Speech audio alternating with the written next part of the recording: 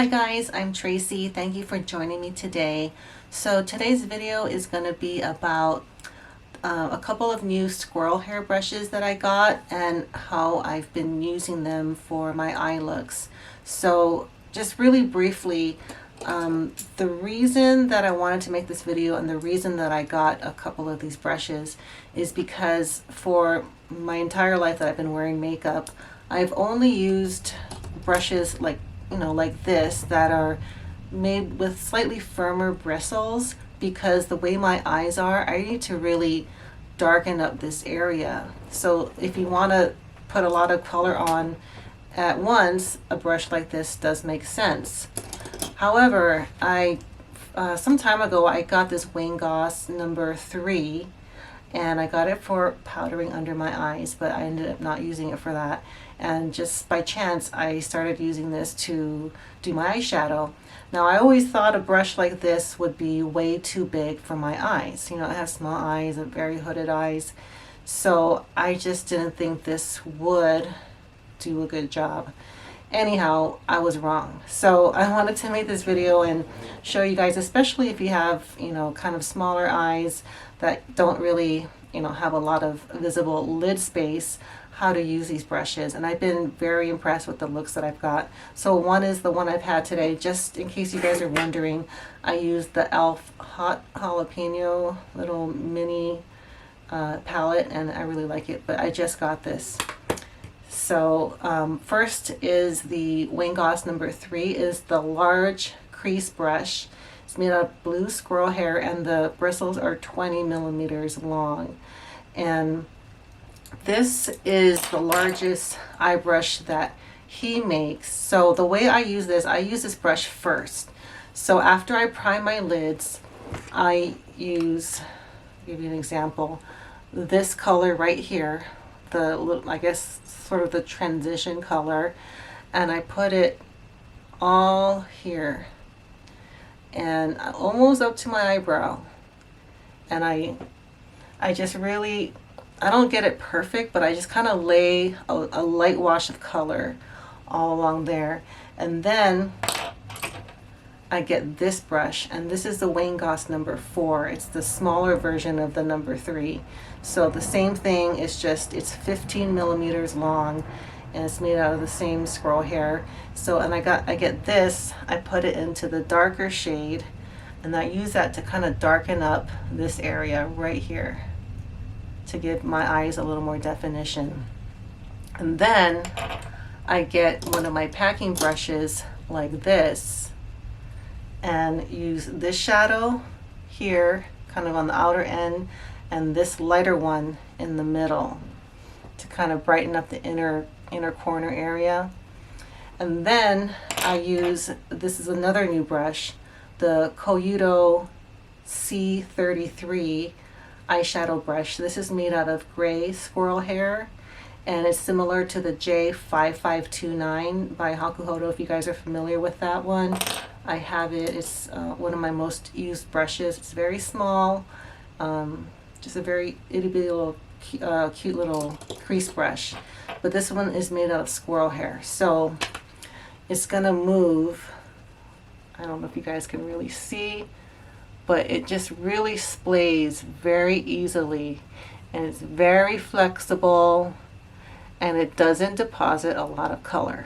So initially I didn't think I would use this. I was kind of disappointed. I was thinking like, I just wasted more money on a brush that doesn't really work. But I found that it works really good for the lower lash line.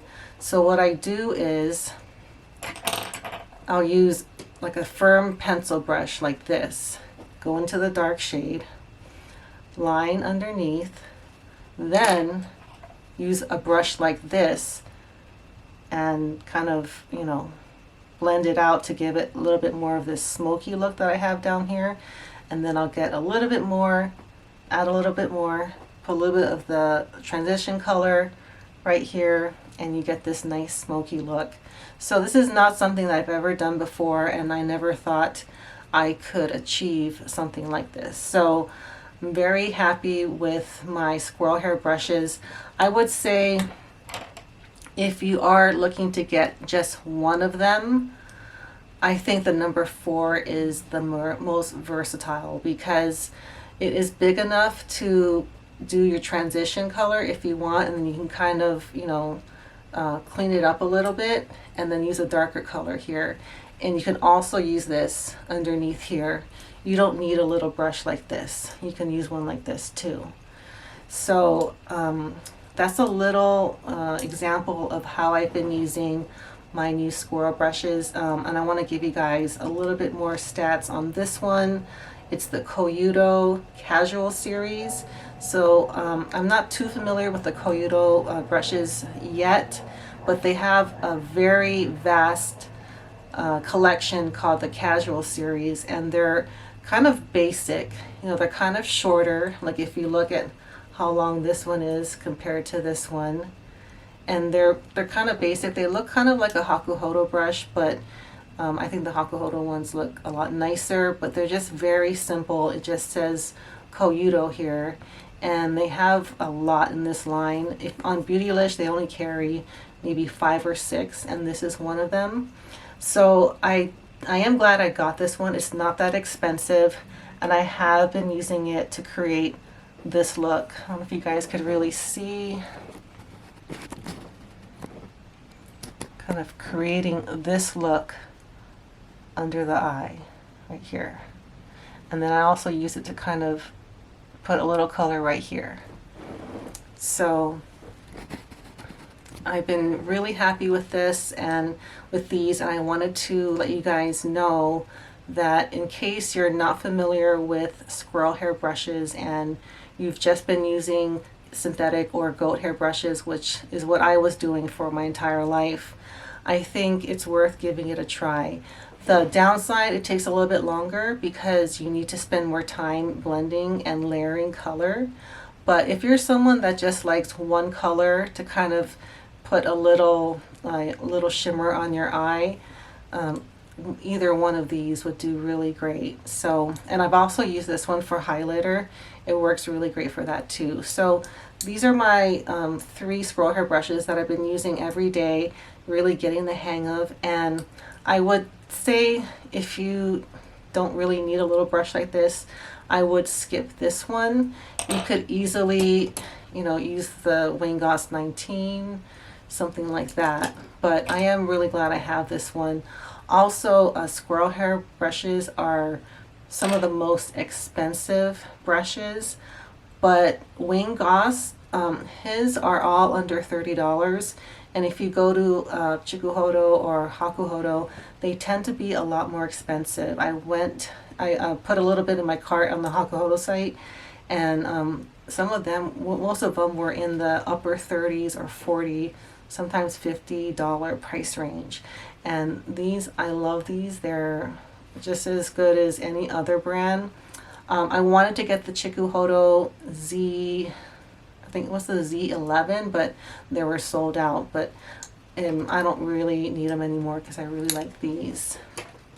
And then something else that I wanted to bring up is this product that I got from Shiseido. Now I got this, close to a week ago, but I've been waiting for the new Shiseido foundation, the Radiant foundation, but it looks like it's taking a while, like it's on back order because it's a new product.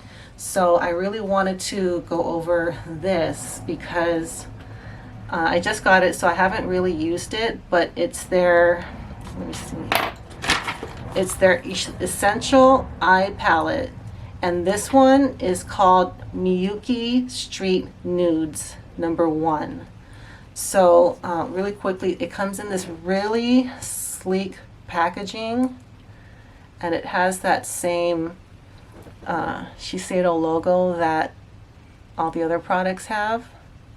And I was really surprised at how light and sleek this is. And you pull it open like this, and you get these 4 beautiful colors, and they have a lot of these. I got this one. It's not the most exciting one. I was gonna get the green and gold one, but I already have a couple palettes like that, so I figured I would get a lot of use out of these, and I did. if you guys can see it.